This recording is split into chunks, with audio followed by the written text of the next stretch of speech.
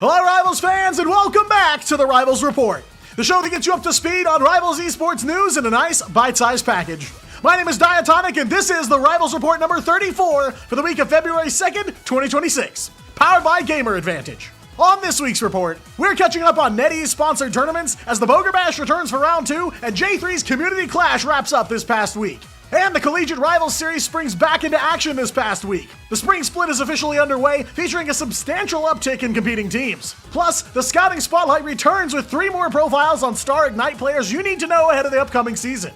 Rivals content creator and competitor Bogur returns to the spotlight this week as he held another Bogur Bash Invitational tournament at the end of last week. Much like the previous one, this tournament featured a lineup of Rivals pros and content creators coming together to compete for a prize pool of $50,000. Endorsed by NetEase and produced by Hammer and Shield Productions, this was quite the spectacle filled with heated matchups, insane plays, and incredibly entertaining moments from the competitors. The second Bogur Bash puts a twist on the draft-style tournaments we've become accustomed to in Rivals. 8 players were elected as captains and had to draft their team members one by one. But in the interest of trying to make the teams more balanced, captains were assigned 2 players to create a team core and help captains with draft strategy. This led to far more competitive and entertaining matches and helped teams feel like they stood a chance once the draft wrapped up. The event took place over 2 days, with the first day featuring a round-robin stage to determine seeding, and the second holding a double elimination playoff bracket. We got to witness a select number of featured matches on the main broadcast on Bogur's channel, but nearly every participant was streaming their POV, meaning you could essentially see every player in every match.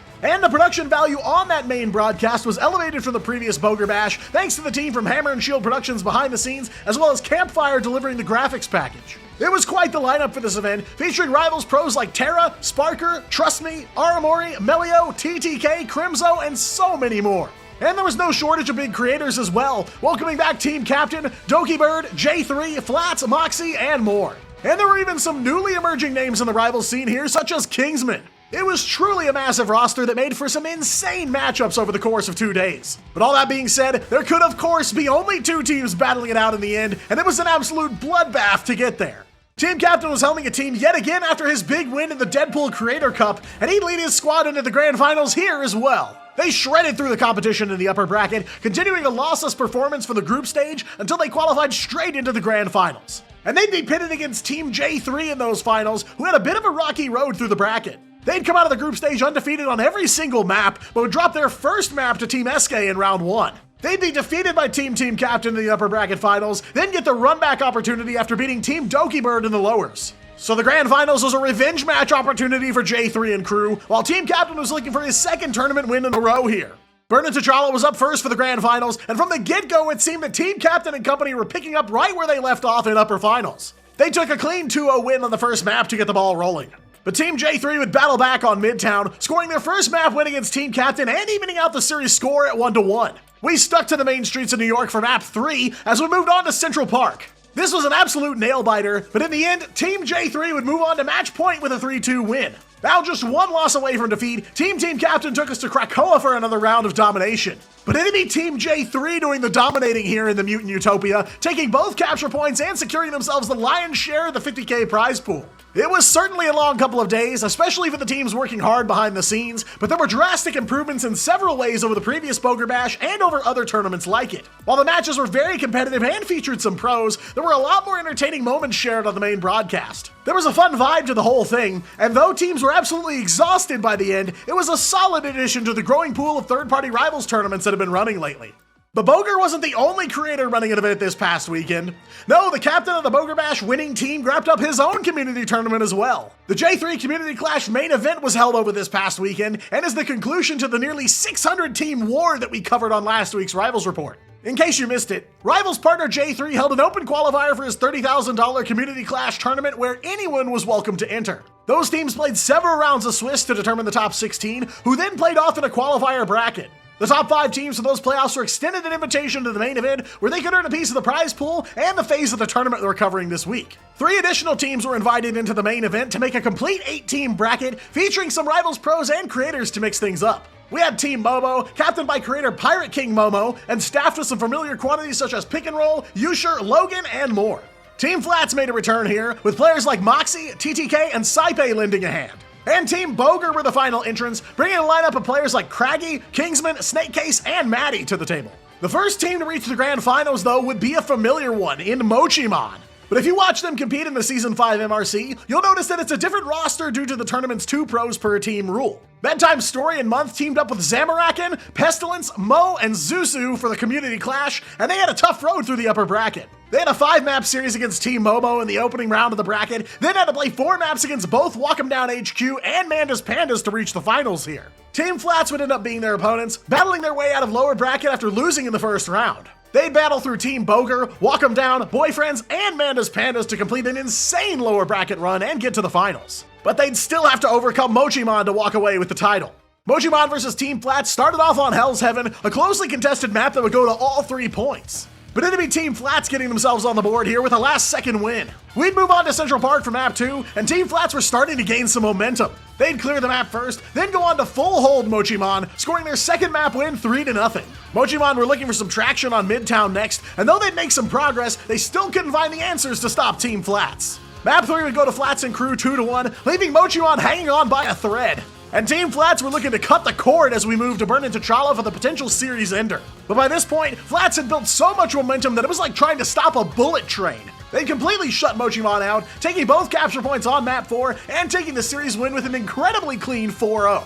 And that puts a lid on Jay3's Community Clash. This was a massive undertaking, cutting through 600 teams that entered into the qualifiers down to just these 8. No doubt there were challenges, and no surprise that Jay and production took a lot of criticism for this event, some warranted and certainly some of it completely unwarranted. But overall, there was a lot of enthusiasm for this event, especially during the top 8 this past weekend. Between that response and just how many players registered for the event, it goes to show that the wider Rivals community is hungry for some competition too. And whether it's Jay or another individual out there, the hope is that this turnout will inspire more events like this one.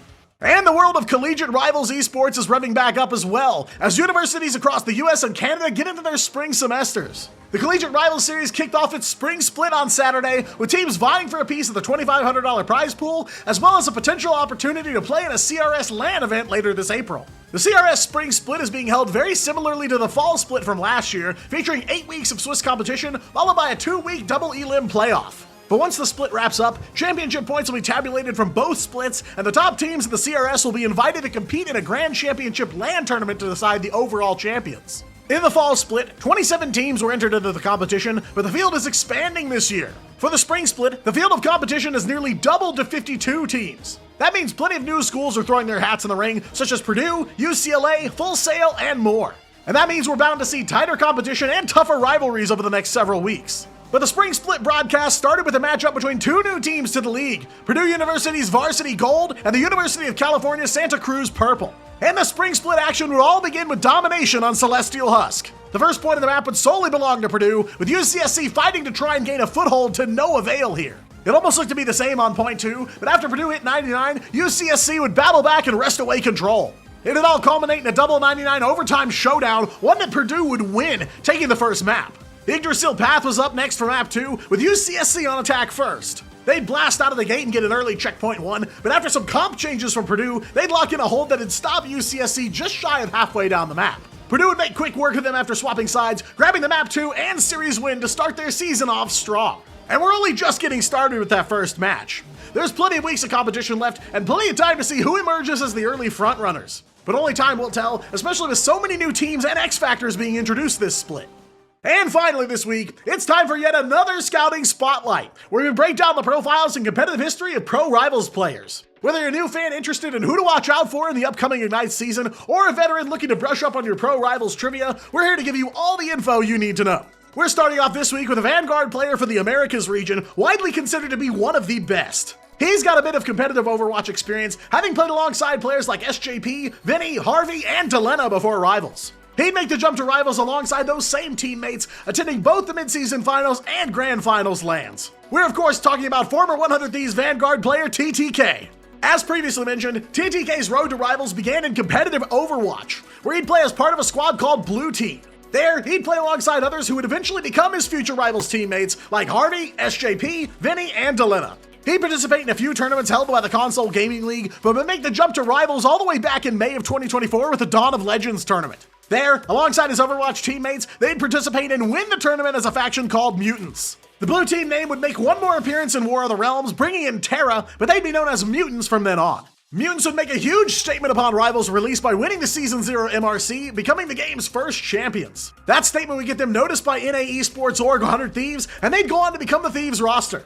As mentioned in our profile on Terra, the Thieves have performed well in Stage 1 and Stage 2 of Ignite, with TTK attending both the mid-season and Grand Finals LAN tournaments. Though they wouldn't bring home gold at either event, they performed quite well, and TTK earned a reputation as one of the top tank players in the game. TTK's future in competitive Rivals isn't totally clear at the moment, but he most recently made an appearance on the winning team Jay3 in the second Bogur Bash. TTK is known not only for his prowess as a Vanguard player, but for his great deal of success all being earned on Controller. There aren't many Controller players in the upper echelons of competition, but TTK has proven time and time again that Controller can keep up. TTK's play is often marked with high damage numbers, meaning he's up in the mix of team fights, outputting damage while soaking for his team. And while he may not have the widest hero pool, he's got some incredible depth on characters like Magneto, Emma Frost, and Doctor Strange. And he's notoriously tough to kill, standing tall at the front line of his team while chaos storms around him. And as a player on the younger side, the top tier kid has much to give in the coming years. We've got another America's player profile for you next, but switching roles to duelist this time. While known for his plays on more meta heroes like Phoenix and Storm, he initially made a name for himself as a top-tier Iron Man player. He's been a member of several different teams: Nightmare, Dark Zero, and perhaps most defining, Sentinels. That's right, we're breaking down the history and playstyle of one of the former founding members of Sentinels' rivals, Rymazing. Rymazing's competitive gaming career started before Rivals, beginning with games like Overwatch and even Halo. But Overwatch was truly where he started to gain some traction. He'd spent some time competing in the Face It League and Contenders, but began his shot in the OWCS alongside Shikigami in 2024.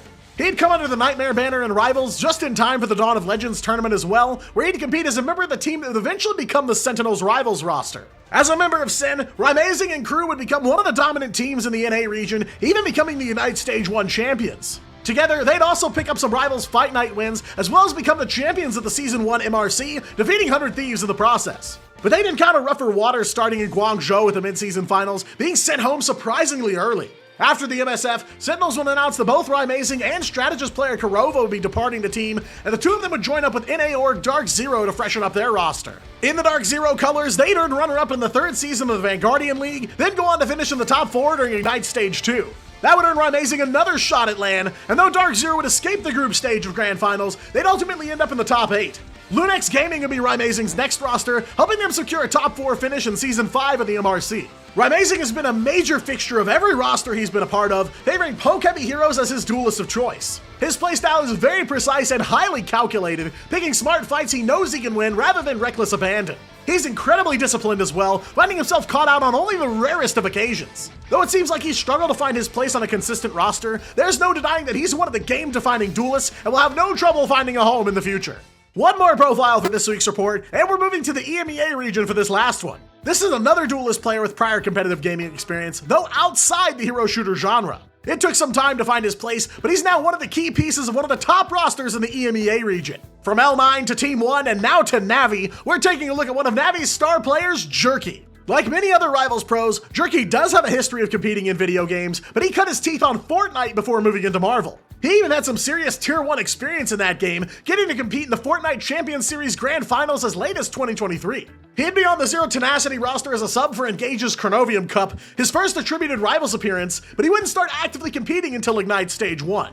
He'd compete there as a duelist alongside another future Navi player in Crisis. They'd manage a top 6 finish, impressive for an unsigned roster, but just not enough to make the cut to mid-season finals. Jerky would join up with Team 1 just after they parted ways with Rad Esports following the MSF, and play with them starting from the first Rivals Night Shift show match. He was still a sub at the time, but would have his first official start with the team at Rivals Night Shift 2. From there, he'd become a staple member of the team, accompanying them as they transitioned into playing for Navi. They'd earn their way into the Ignite Grand Finals after a top 3 finish in Stage 2, and to make a big splash at DreamHack Atlanta too. Jerky and the Navi squad fell just short of Grand Finals champions, having been beaten by Virtus Pro in the final match. They'd bounce right back from that though, as Jerky and company most recently won the Season 5 MRC in EMEA. Jerky is one of the main damage dealers on Navi, now teaming up with Terra since his recent signing. He favors heroes with reliable, sustainable damage like Psylocke, Phoenix, and Star-Lord. He focuses on applying pressure from a distance to set his team up for proper engagements, though he doesn't back down from an all-out brawl when the time's right. He's come a long way in a short while, from unsigned sub to powerhouse starter with a world's runner-up, so no doubt there's plenty more where that came from.